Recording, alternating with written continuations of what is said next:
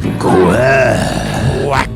Quack. Quack, quack, quack. Quack. Oh, yeah. Quack, quack, quack, quack, quack, quack. 12-0. Or if you're the men's basketball team, 0-12.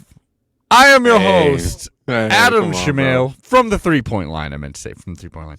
And I'm Aaron host. Schroeder, and I'm coming at you with the backbeats, baby. That is right. The Quack 12 podcast. After, football season is over. It really, really is over, it feels now, unless you're a sicko NFL fan. But why would you be that? Yeah, that's what I've been doing. The team that beat us in week 1, Georgia, they picked apart TCU like, dear Lord, 65-7, the biggest point differential in bowl game history, and it's a national championship. Not surprised. They're good. They're very good. team. We learned that week 1. Very good team. Yeah. What I am glad is that they stayed very good. That's nice, isn't it? It makes it better, and it kind of makes me wish that I would have kept up with them because, my God, what a run. 15. They've won it, completely undefeated. Amazing. 2 national Congratulations, championships. sirs. Stetson Bennett, absolutely amazing. Not only that, but every team we lost to, this is a real Oregon women's basketball problem, too. We'll get into this a little later. Uh-oh. But every team the football team lost to is a pretty damn good team. It hurts me to say that, but I'm talking Georgia, who's the best team, absolutely. Washington, who is a pretty freaking good team, unfortunately, finished with They only really 2 are, losses. dude. Yeah. I'm on the bandwagon for them. I like Michael Penix. I don't like their team. No thank you. I think the color combination is not the best. Yeah, sure. I think it's the worst, actually. And then we lost to the Beavers, who are a really good team as well.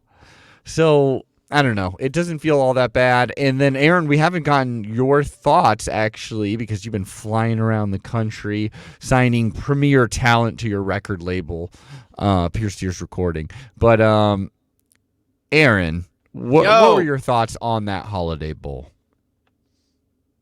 I think it showed exactly it showed everything Hythlodays talked about that I've paid attention to. And it showed exactly the skill level of a team that we are, because we won that game exactly the way that we should have. Exactly. Yeah, everyone knew we were going to win by a doinked extra point. Greatest few moments there at the very end, honestly. And to let him have that on his shoulders, watching him walk off the field when everybody's excited and he's so just funny.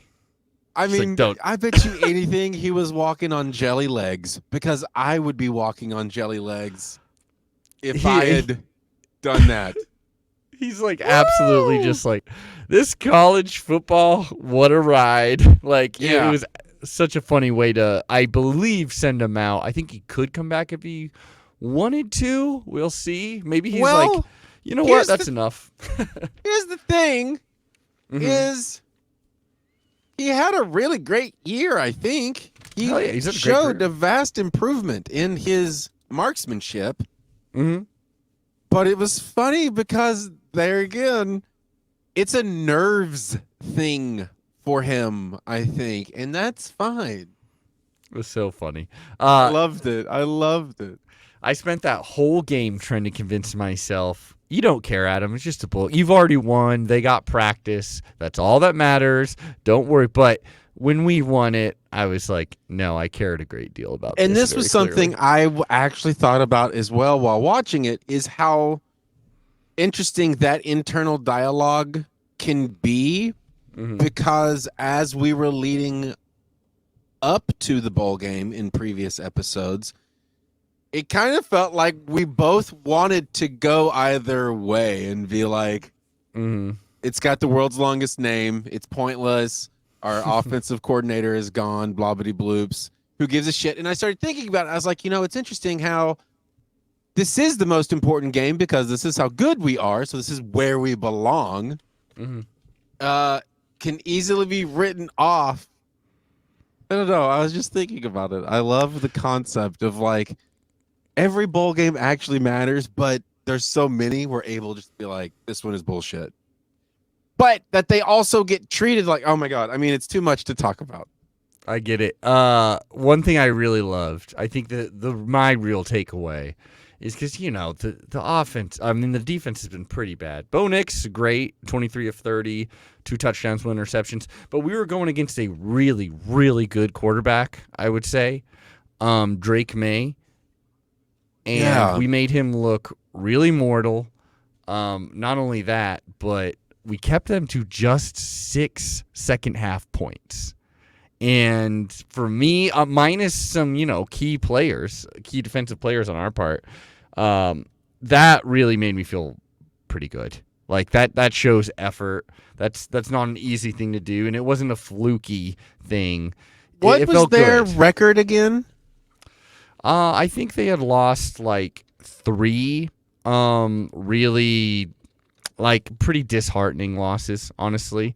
Because they had really like at the end of the season just kind of choked it all away. Whereas like they lost to Clemson 39-10. They did exactly what we did. A little bit. NC State 30-27, Georgia Tech 21-17. Yes, they had some rough losses, not great wins. So they aren't like a huge powerhouse or anything, but the number one thing you could say about them was they had a good offense and their quarterback was good, and we kept that in check and we won the game, and it's better than losing the game. That's all I got to say. Agreed, 100%. Yeah, bringing the new year right.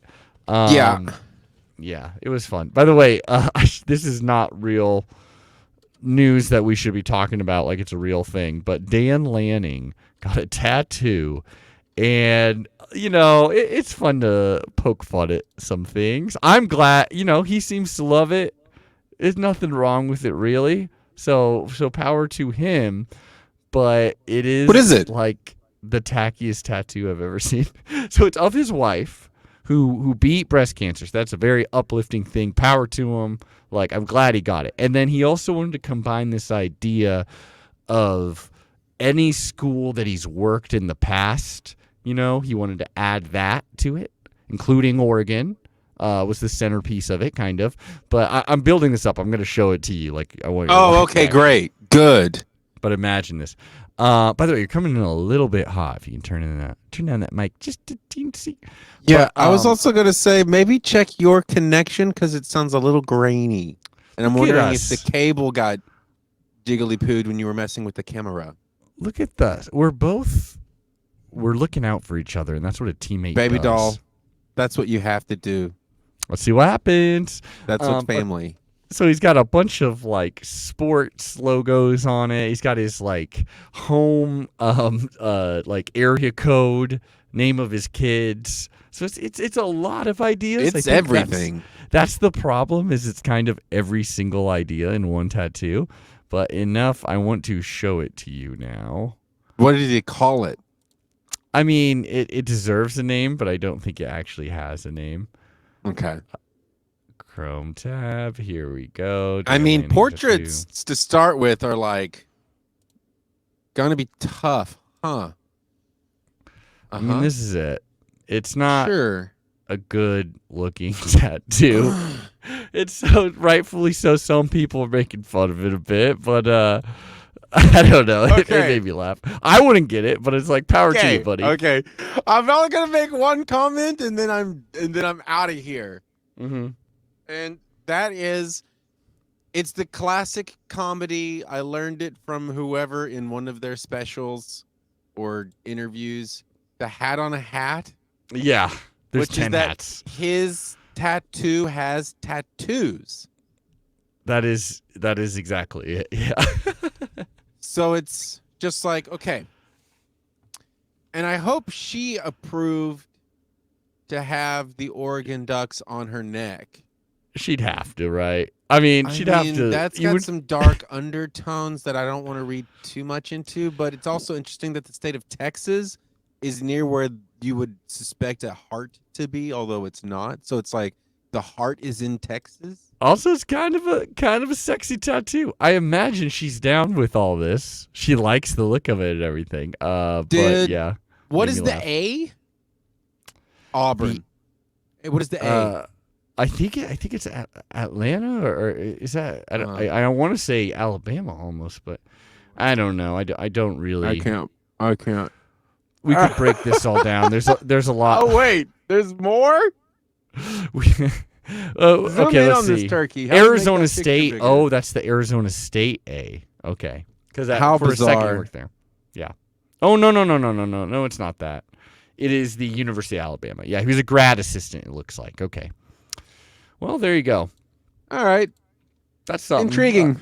Is it worth talking about? Probably not, but everyone was talking about it, so I had to bring it up. I think it's fine. It definitely has a flair that I did not expect from him. But you know what? I'm glad to have him in the family because dude's a freak. And so are we. Fucking A. I love it. I like that. Yeah, it's very, very Oregon.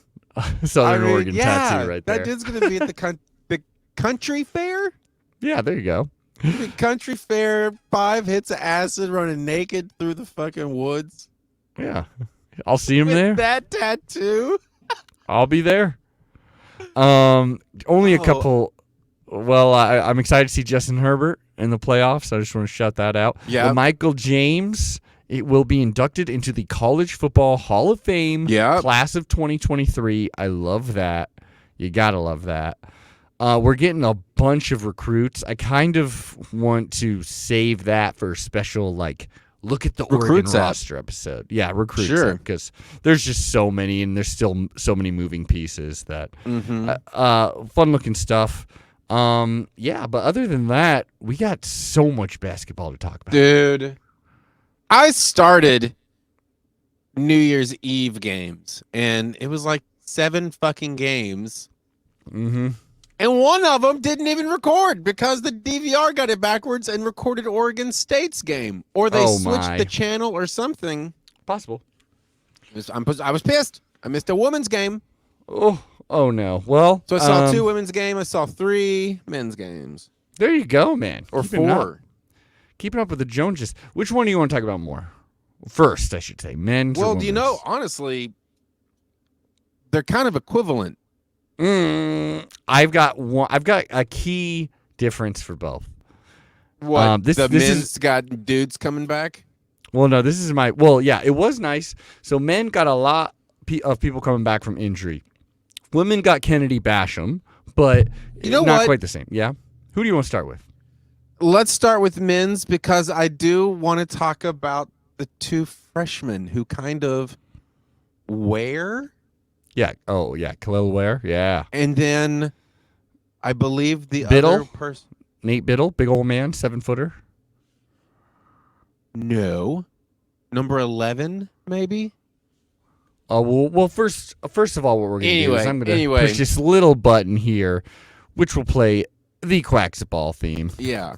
Quacksball. Quacksball. Quacksball.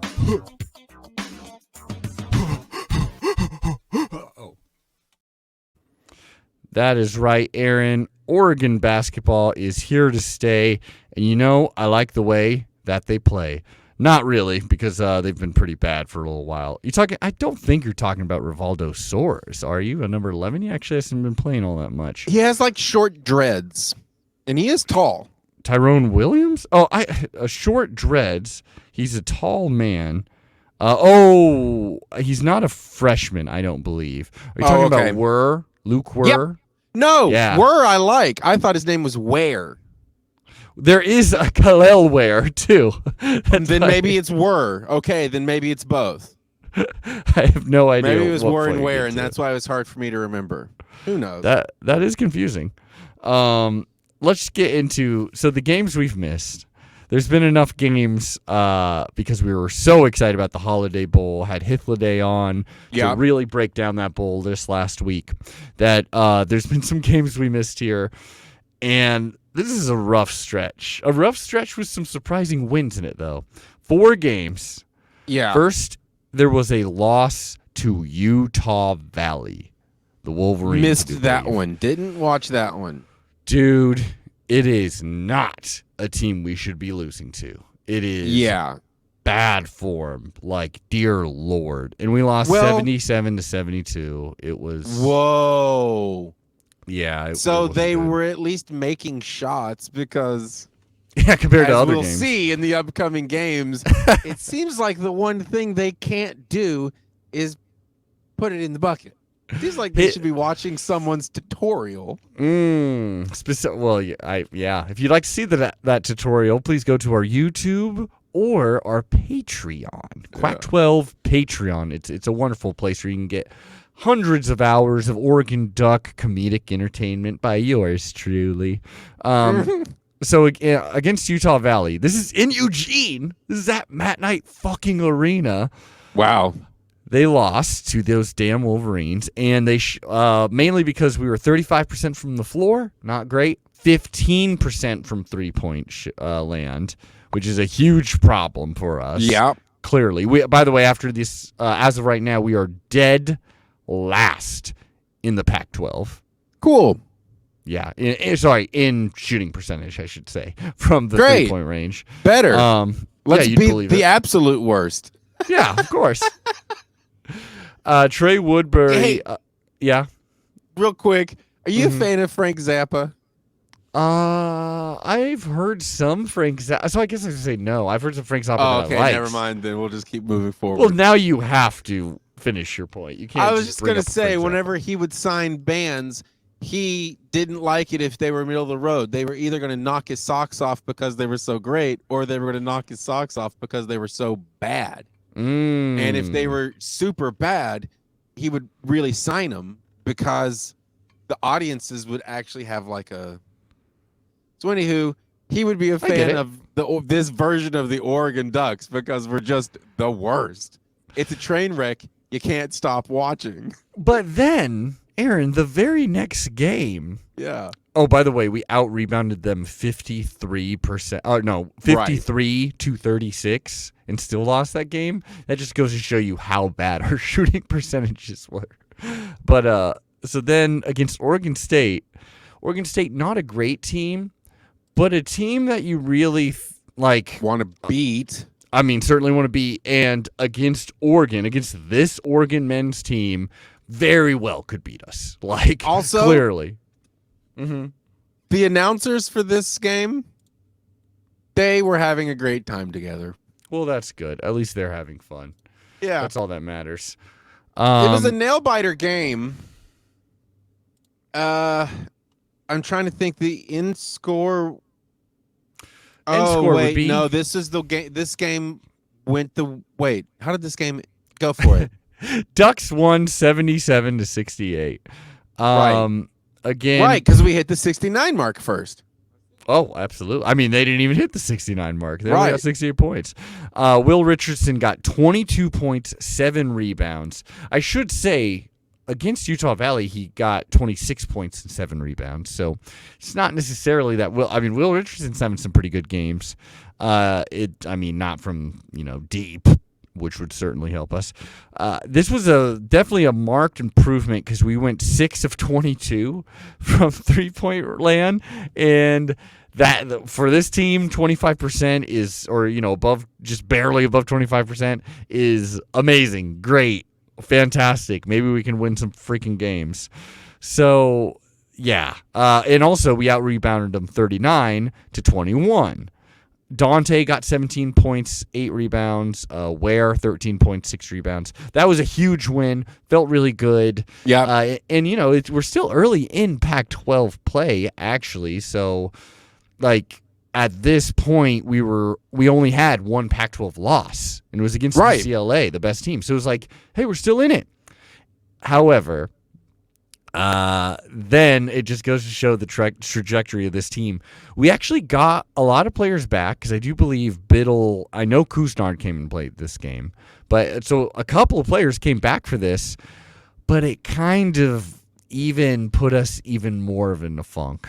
Not to blame Kusnard. Kusnard was the one that was only allowed to play 14 minutes. That's he was right. like on a restricted amount of time. Mm-hmm. That is right. Yeah. And he mainly in the second half, so it's like you can't blame this next game on him. Oregon at Colorado. Dear Lord. Now, we should say. I was going to say, sorry, I'll interrupt you. Okay. I was going to say this game felt more like what I had come to expect from them from earlier games. I mean, where they start strong and you're like, oh shit, this is great.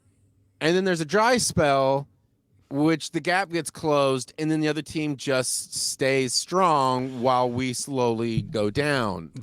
Dude, this whole fucking game was a dry spell. This was arid, terrible play. This was, I mean, our first quarter, we did good, right? No. I've seen too many games. I'm getting them all confused. Yeah, clearly. Yeah, you're seeing your future. You're seeing the past all at once. Yeah, drink some water. That'll help. My man, we shot 7% from 3-point range. We hit one goddamn 3-pointer out of 14 tries.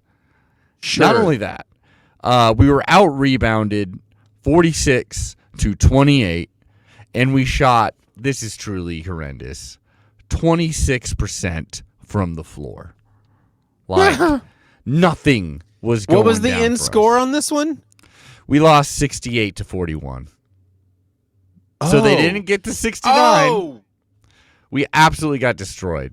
Okay, this is why this one is not coming back to me, is because, once again, the DVR did this great thing where I watched the last half of the game before, and then this one cut off, I think, before halftime even got around. Well, dude, by halftime, we were down 37-19. Yep. There was not a moment that we were good in this game. Okay, well then, Absolutely the horrendous. The DVR did me a service by just being like, you know what? Fuck this one. Not only that, we couldn't even hit our fucking free throws, dude. We hit 57% of those, which unfortunately is not that much worse than our average. We're only hitting about 65% of them. We suck. Don't know what to tell you. But then, all of a sudden, well, I should mention this, dude. This is in Boulder. Boulder is a place where Dane Altman, I think it was just like last year, right? He got his first win in Boulder ever. Wow. The elevation does mess with you. It's not enough of an excuse to just always get our ass kicked, or to get our ass kicked in this way, especially. For sure. The elevation does mess with you. Colorado is a good team. And not only that, but Tristan Da Silva just went off. He got 30 points. Meanwhile, like Quincy Guerrier led with 10 points and 4 rebounds. And at least Kusnard got 9 points and 4 rebounds. So it was nice that he got out there and he got to shoot the ball around. Nate Biddle also played in this. The Colorado loss, it's definitely not our worst, because like losing to Utah Valley or our early loss, I forget, against the freaking team, but like we've absolutely had worse losses in this, but it's just hard when you hit only one 3-pointer. Yeah. Yeah. Goddamn. I mean, they should watch the tutorial. That's all I can say, because I did better than them. You did. You shot significantly better than 7%. I've got it right here, actually. I wrote it down, of course, because it's somewhere in here. Don't worry. You shot way better than that, though. Now, Aaron. Oh, here we go. Yeah, you shot 25%. Right. I mean, hey, with no one guarding you, you know. But no, there was little shitholes, little kids. Yeah. You gotta look out for them. They're It like was their gym, you know. They're like little boulders rolling around. You gotta Yeah, get them out of the way. That's true. You gotta kick a kid. The funny thing is, though, Aaron, in the end, we, like, at the end of this, 4-game stretch, which we've looked pretty abysmal, Because even against Oregon State, it wasn't like a clean win. It was, yeah. We beat Utah. We beat Utah at Utah, and it was actually a pretty good showing from us. It goes to show you that Utah, they're a well-coached team. They're good at a few things, like hitting threes typically, rebounding, hitting free throws. But their skill level,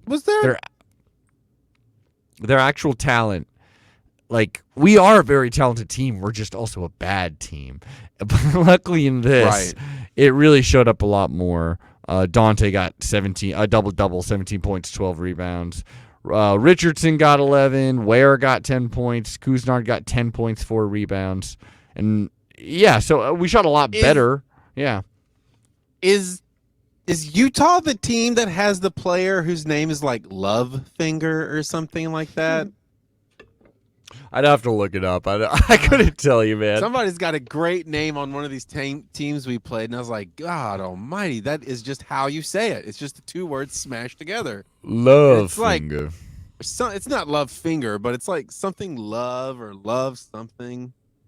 Like Love String or something like that. I don't know. It sounds beautiful. It sounds like 5 new albums you can make. I know. I should. That's great. Yeah. Colorado, good team. And Utah, good team. Colorado, I think Colorado is certainly a good team. I mean, they've already had like an upset, I believe, this season. I think they also lost to Cal, though, if I remember correctly. So that's not good. Yeah, I don't know. Also, what's just that? Watching this many games, the one thing it comes down to, like, seeing it enough in such an immediate amount of rows, I can start to be like, oh, now I'm seeing how the defense works on both sides of the court, etc., and blocking and positioning and stuff. I'm kind of seeing it better. But at the end of the day, if you can't make a shot, nothing fucking matters. And I just don't know. It's like, are we just in like some kind of a weird funk? Because they should be making the shots, but they're not. I don't know. It feels like it becomes a magic or luck thing at this point. Obviously they got to hit the gym and they got to be able to hit the threes when it counts. But not only that, but they are they're not doing a good job of in most games starting with the appropriate amount of energy right away. Like a lot of times they are falling behind.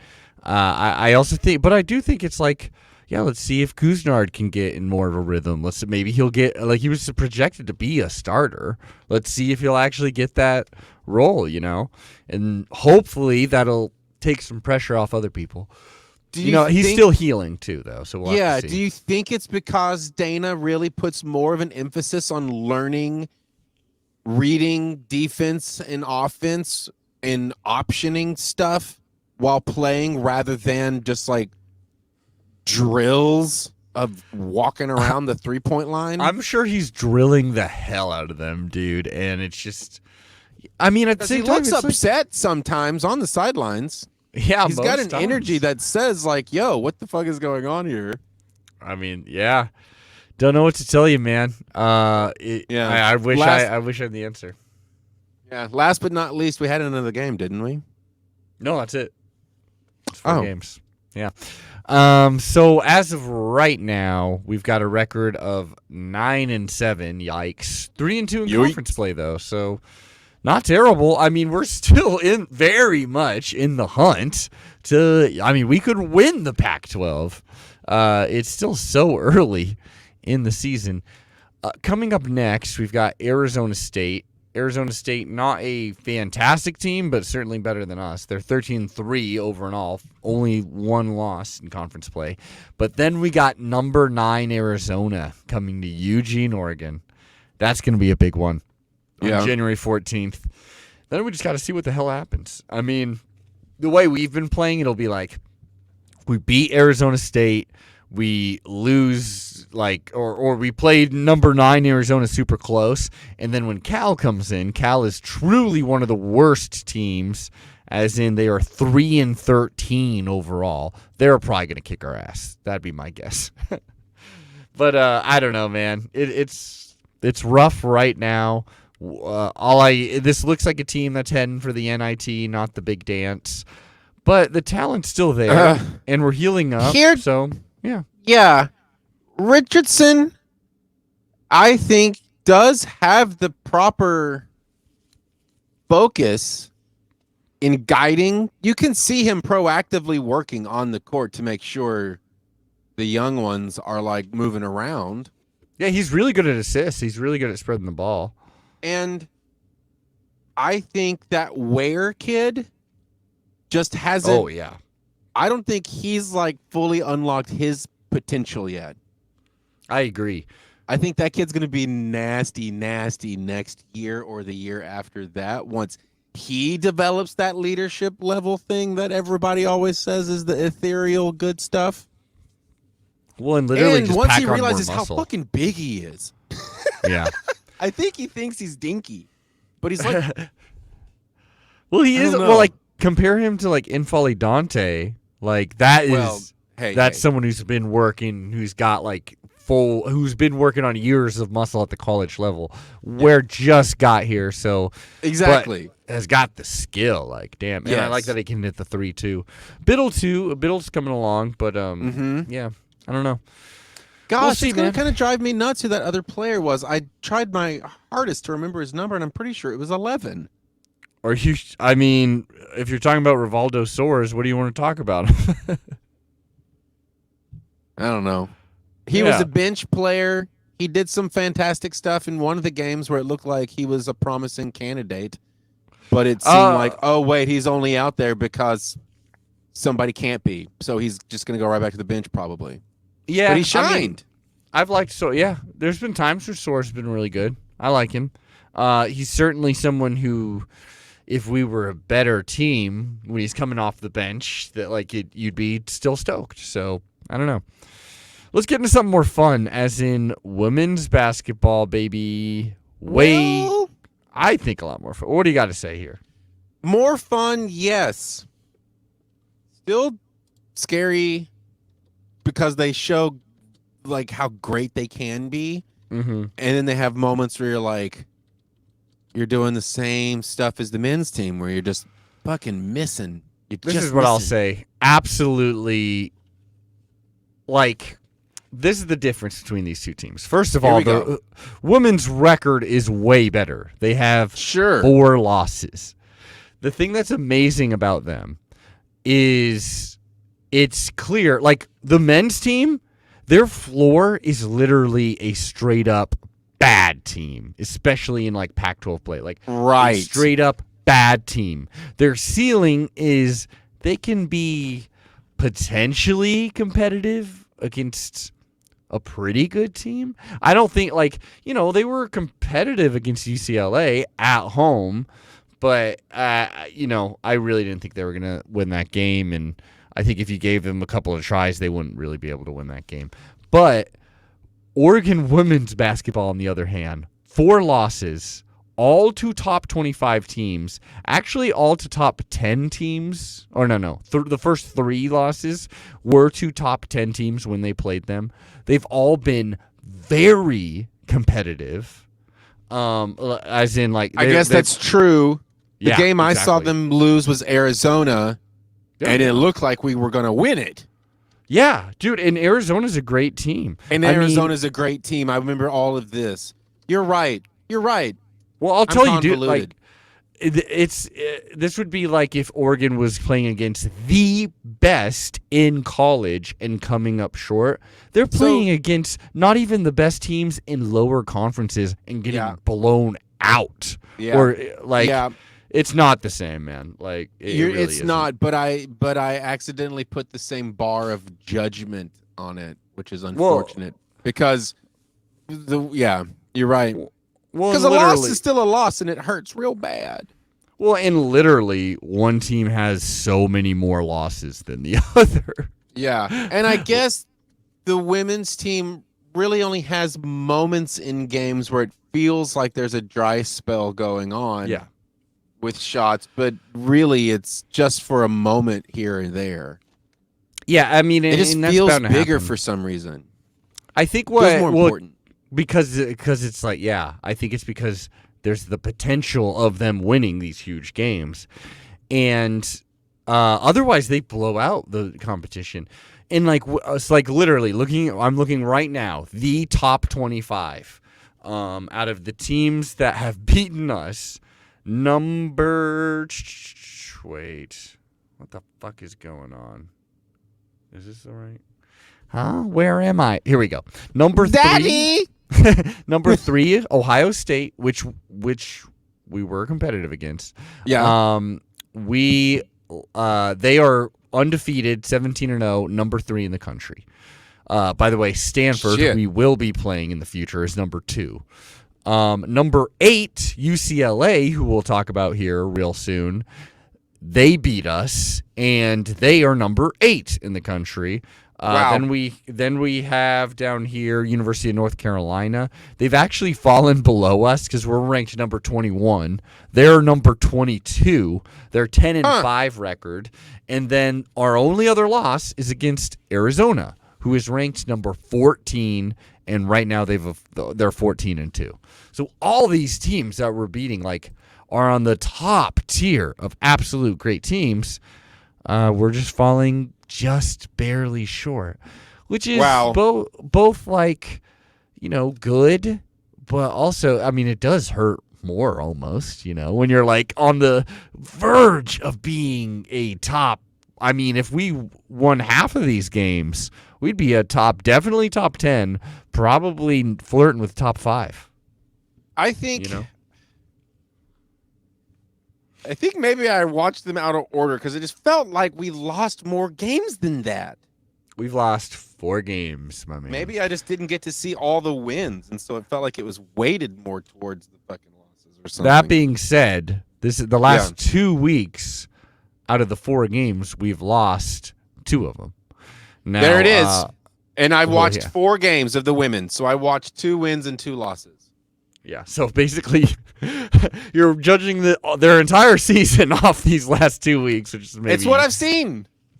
Yeah, UCLA it's versus like flat Oregon. Earth. I'll believe it whenever I go up in the spaceship and I see that. Sure, there's a disc there, but until I'm in a spaceship to see that disc, this Earth is a sphere, sir. Absolutely. So in comparison, their Pac-12 numbers, they are 3rd in points per game, 81.6. First in 3-point shooting percentage at 38%.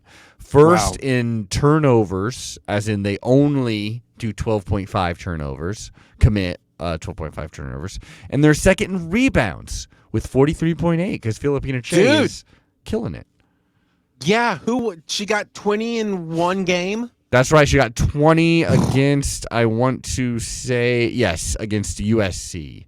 Dude. But, so starting with this UCLA team, this was huge. It was a nail biter.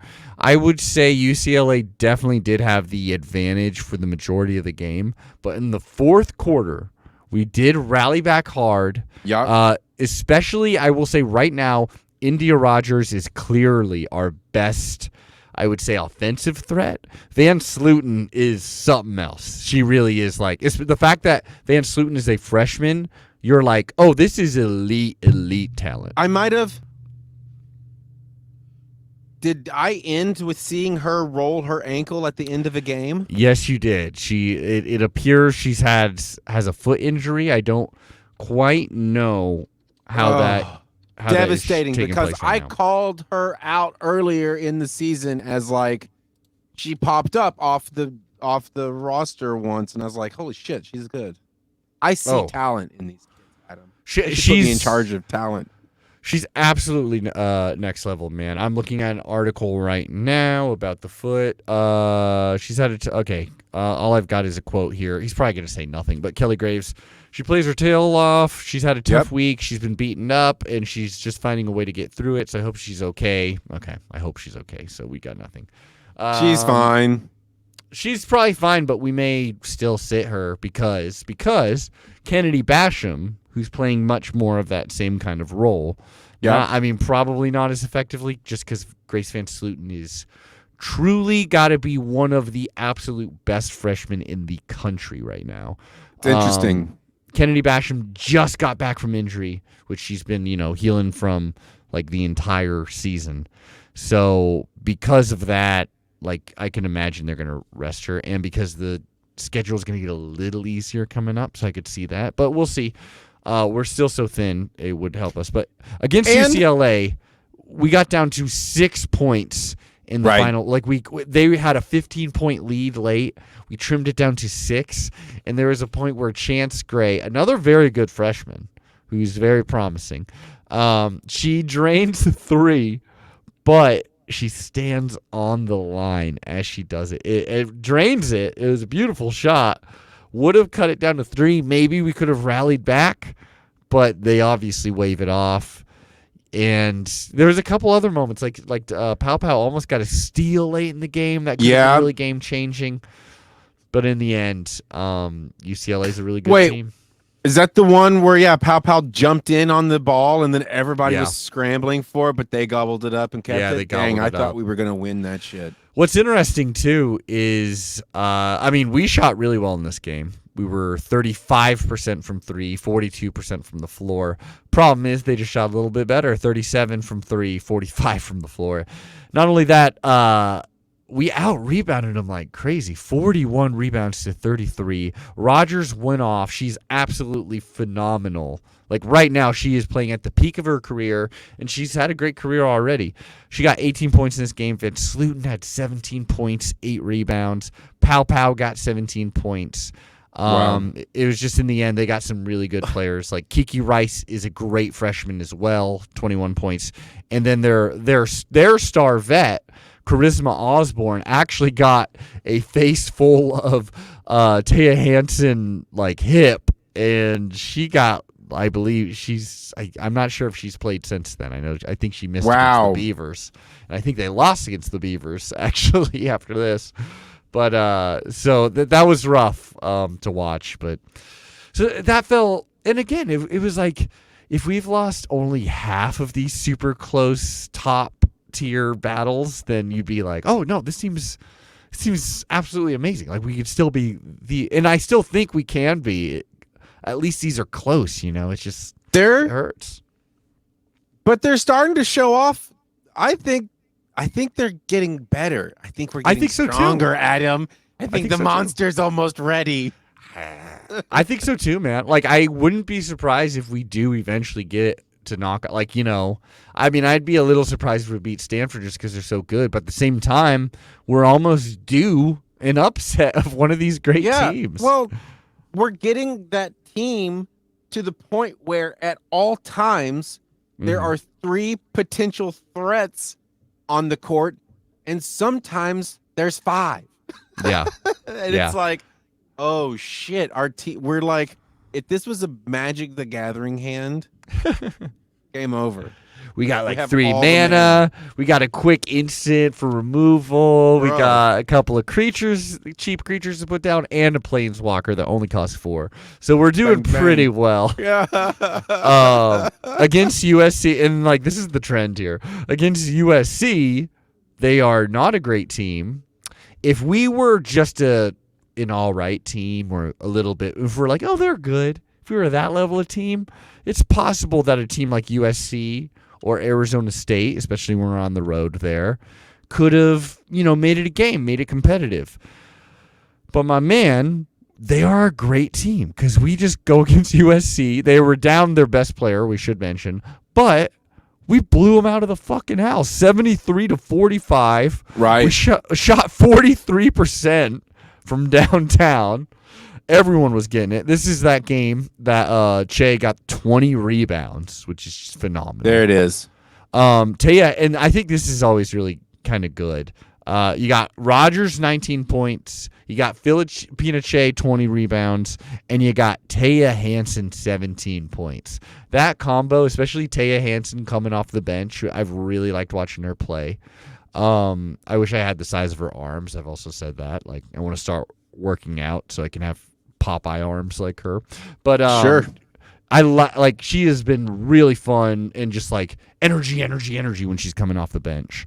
We out rebounded to them 43-41, so we could have gobbled a few more of those up. But anyways, then we go against Arizona State and we beat them by 20 points, 82-62.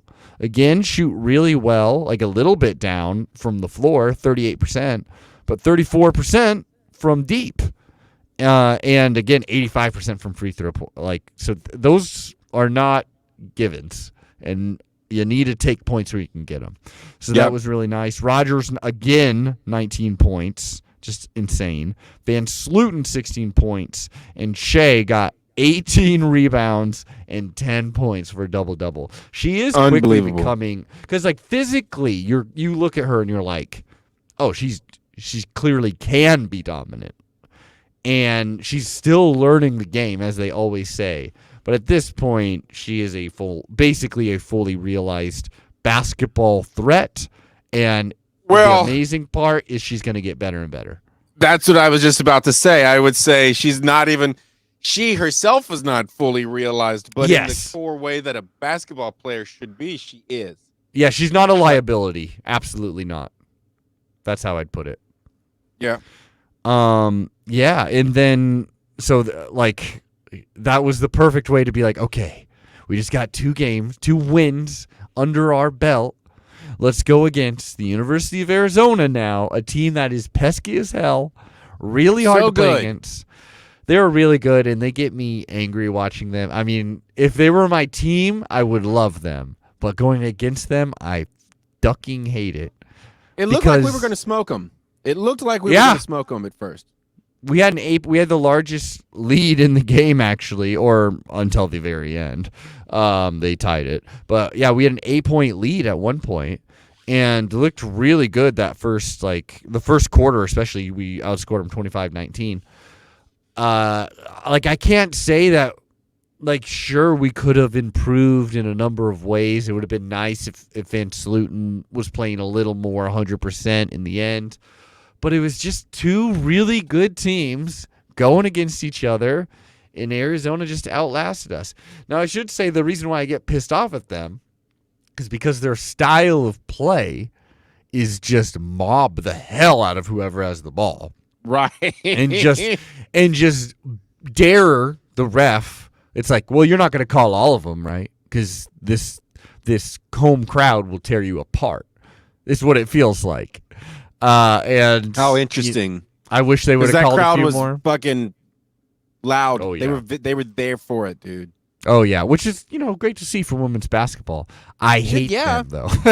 Hey, shout out to the dudes in the stadium at our home games for the women's team. Yeah, who will just chant air ball every time the other team throws an air ball, because I noticed it in multiple games. Those guys are out there. Yeah. They're making me laugh. You got whatever kind of advantage you can get, baby. Yeah. So in this game, I mean, it was just an absolutely fun watch. It came down to the very end. It really could have been us. Is all you got to say. It's not even like our shooting percentages were all that bad. Well, I mean, they obviously could have been better, but we're playing against a really, really good team. But I do feel like I watched us get steamed out over that fourth, to where it was like, they are just stronger than us, and now they're showing us. Well, and we had a size advantage, but again, they're just rushing at you. And it ended up, again, we are the best team as far as, least amount of turnovers forced on our end. They forced 20 turnovers from us. That ended up being the game. They got a few more shots because of that. Van Sluten also is, this is one of her best games, period. 18 points, 5 rebounds. Oh, dude. Rogers right behind. Yeah, Rogers 17. On the court. Pow 17. Filipina Che got 10 rebounds. Chance Gray got 10 points. It's just tough because it's at this point, it's what it is if you were to, I don't want to single out any single player, okay? I don't want to be if you took this player off and put in Ionescu. But let's just say if Ionescu was on the court, these were the times, like in their absolute heyday, they would play against really good teams like Arizona and Stanford and UCLA, and sometimes even good teams like, Arizona State, like when Hinton was on that. But they would play against those teams, and they would be close games, and then just barely a lot of times, Sabrina Ionescu, or sometimes Hebard, or Satu Sabali, but mainly Ionescu, would be like, okay, now's my time. The last 2 minutes, get on my back, and we're going to do this. And, like, Oregon's even done that. Like, Rogers is really becoming that person. Pau is really good at hitting, like, crucial threes a lot of the time.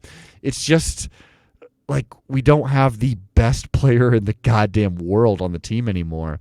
That being said, we don't necessarily need it to win a national championship or to win these games. No.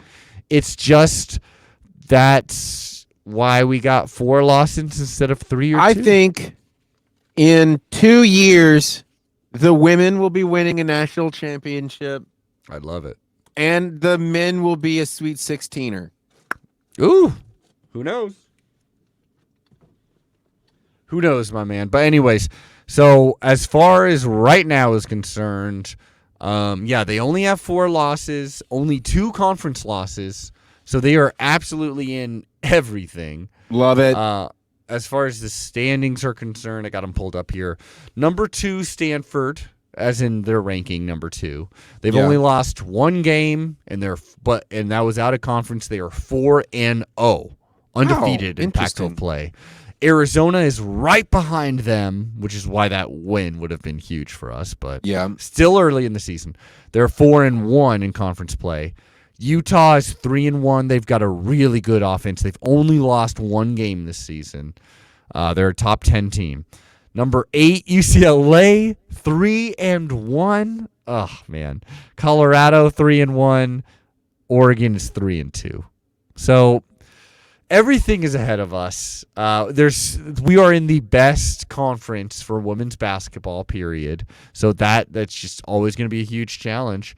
And then coming up next, fortunately, we're playing against 2 bad teams. And if this was the men's team, I'd be like, well, you never know. But we're going against Washington on the 13th in Eugene, and then we're going against Washington State in Eugene. Oh. Both those teams have not been all that great. Washington what State's days are those on?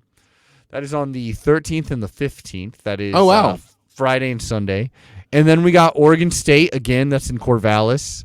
Like they are typically a good team, but they are having a bit of a down year. We did beat them this season already, so hopefully. And then Cal, who's been, again, not great, And then we got the biggest game, Stanford. That feels like the biggest game. So it's like the competition is definitely going lower, and then we've got a tough stretch to kind of close it out. So we'll see what happens. We get to play against every good team again. I don't know. I'm still very optimistic, and I'm more optimistic now than I was at the beginning of the season.